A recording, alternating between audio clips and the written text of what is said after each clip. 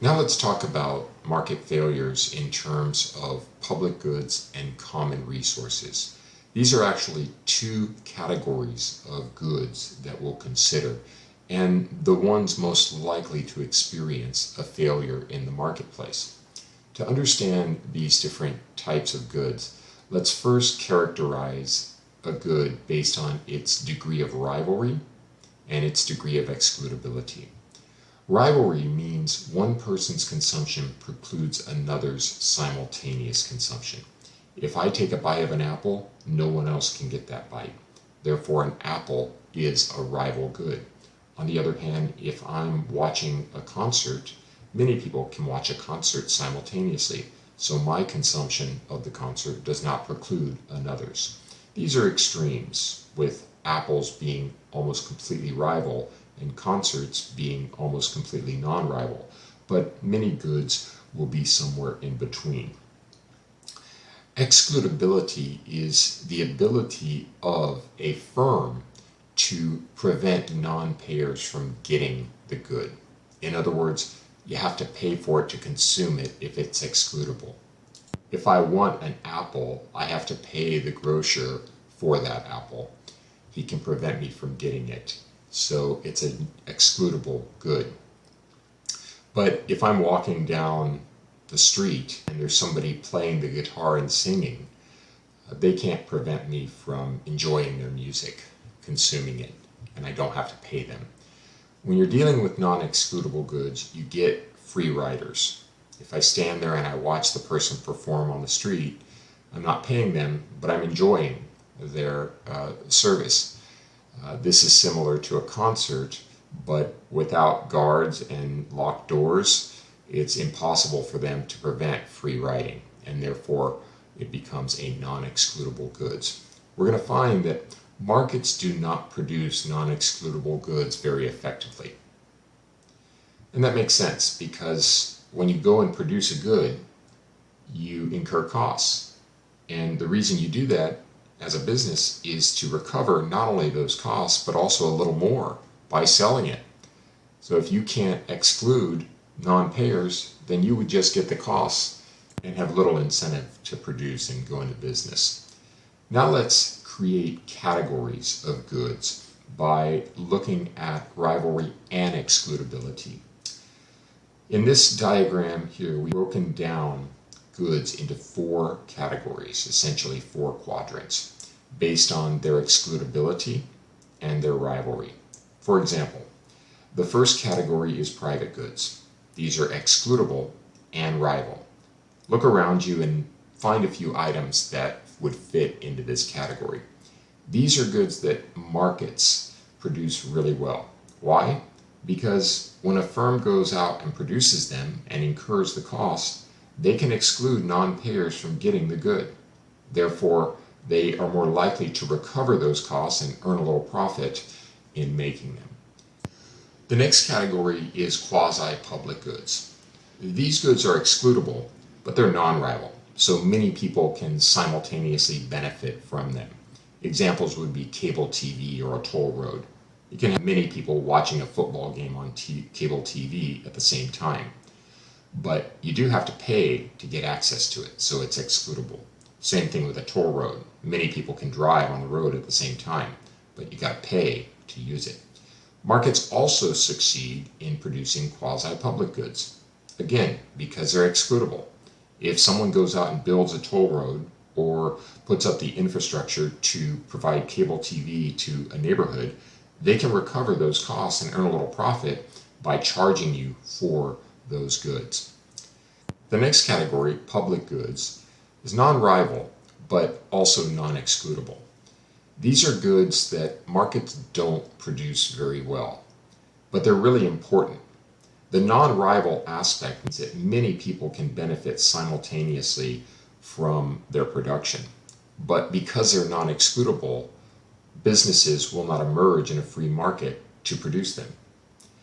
One example of a public good is a lighthouse that helps ships make their way to shore after dark.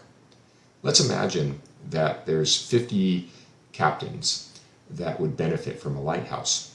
And let's say each captain would benefit by $5,000. So they would be willing to pay $5,000 each for a lighthouse. Well, $5,000 each times 50 captains, that's $250,000 in value for this lighthouse. If it costs $100,000 to be built and there's $250,000 in value that could be generated, it seems like it would be built. The problem, though, is with public goods, we have a non-excludable characteristic, meaning that if you build it for $100,000, you're not going to be able to prevent non-payers from getting it. They're going to take a free ride.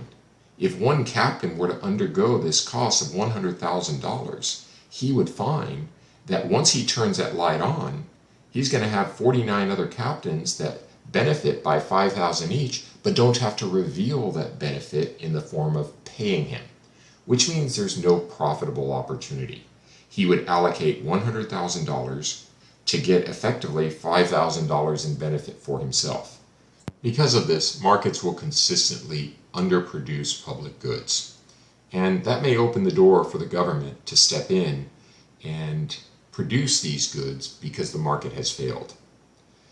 Best example, of course, is national defense, a non-rival, non-excludable good that is very important for our security, but markets would not adequately provide. Now let's take a look at the common resource. We're not dealing with goods here. We're dealing with resources. That is the inputs used to make goods. For example, a lumberjack goes into the forest to cut down trees so he can sell the lumber to home builders and furniture makers. A fisherman goes out into the ocean and extracts fish so he can sell them to fishmongers in the town market. In both cases, there is the potential that the fisherman and the lumberjack go out into nature, take the resource, the fish and the trees, without compensating anyone for them. That is, they get the resource for free. Why? Because fish and lumber, or I should say trees, are in such large common areas that it's really hard to prevent people from doing this, which makes these resources non-excludable and allows for free riding by the lumberjack and the fisherman. But the problem is fish and timber are rival resources. If they get them, others don't. This can lead to the production of goods related to these common resources in larger quantities than would ever occur if the true cost of those resources were considered. So markets overproduce goods using common resources. We get too much furniture because the lumberjack doesn't consider the cost of the tree. He considers the cost of his time in cutting down the tree. He considers the cost of his wages for his workers in cutting down the tree. He considers the cost of the machinery and everything else related to the production of timber. But he doesn't consider the tree itself because to him, it's free, but it's not free. To summarize, markets effectively produce private and quasi-public goods because these goods are excludable. But markets either overproduce or underproduce non-excludable goods because of the free rider issue. We get too few public goods, meaning government might need to enter these markets and make the goods instead. We get over-extraction of common resources and overproduction of the goods that come from common resources. So government may need to step in and limit exploitation of common resources or limit the amount of goods that are produced from the common resource. Let's practice this to get a better understanding. It says categorize each of the following as private, public, common, or quasi-public. A television broadcast of the World Series. Right away we recognize that this would be a non-rival good. Many people can enjoy the World Series simultaneously. We also know that this type of television broadcast can be made excludable. So it's non-rival, but excludable. We have a quasi-public good. the market will efficiently allocate resources towards this industry. Home mail delivery, such as the United States Postal Service or Federal Express. This type of good would be excludable. You got to put a stamp on the letter or pay the fees, but it's also rival. If the company is delivering to your house, they're not delivering the package to another person's house. So this is a private good. What about education in a public school? Well, Grossmont College is a public school. It's education provided by the government. But that doesn't change the characteristics of the good itself. Education is excludable. You have to pay your tuition, and it's non-rival. Many people can sit and listen to the lecture simultaneously. So education is a quasi-public good.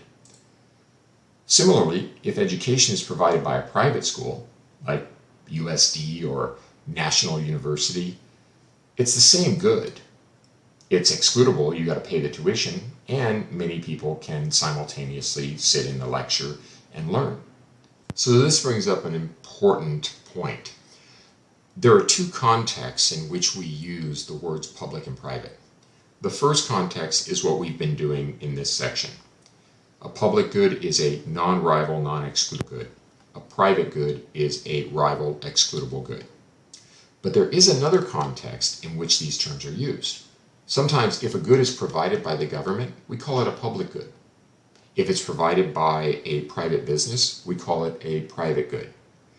Now let's look at hiking in a park. If a park has a fence, then it's clearly being made excludable. But it's a non-rival good. So we would call a park with a fence quasi-public good, like Disneyland. You got to pay to get in, but once you're in, you can simultaneously enjoy the park. On the other hand, a park that is not surrounded by a fence is non-excludable. Balboa Park. You don't have to pay to get in, and it's non-rival. So many people can enjoy it at the same time. So that would be a public good. Now let's take a look at constructing the demand curve for non-rival goods. Up to this point, we've assumed rivalry when building our demand curves. For example, hamburgers are rival. If Jill has this demand curve and Joe has this demand curve, we can create the market demand curve by horizontally summing. At $4, Jill demands 2 burgers. At $4, Joe demands 4. Therefore, at $4, 2 plus 4 is 6. Horizontal summation. However, with non-rival goods, we don't use this process because with a non-rival good, Jill and Joe can benefit simultaneously. While hamburgers are not an example of this, security guard services are. Let's say Joe and Jill own a business in a shopping mall, and they would both benefit simultaneously if a security guard were employed to roam around, decreasing the odds of criminal activity. We can construct the market demand curve by using vertical summation. So we have Jill's demand here, we have Joe's demand here, and we can then construct the market demand here. For example, for 10 hours of security services, Jill is willing to pay $8. For 10 hours of security services, Joe is willing to pay $10. Therefore, for $10 of security services in the market, we add 8 plus 10, $18. We just vertically summed 8 plus 10 to get 18.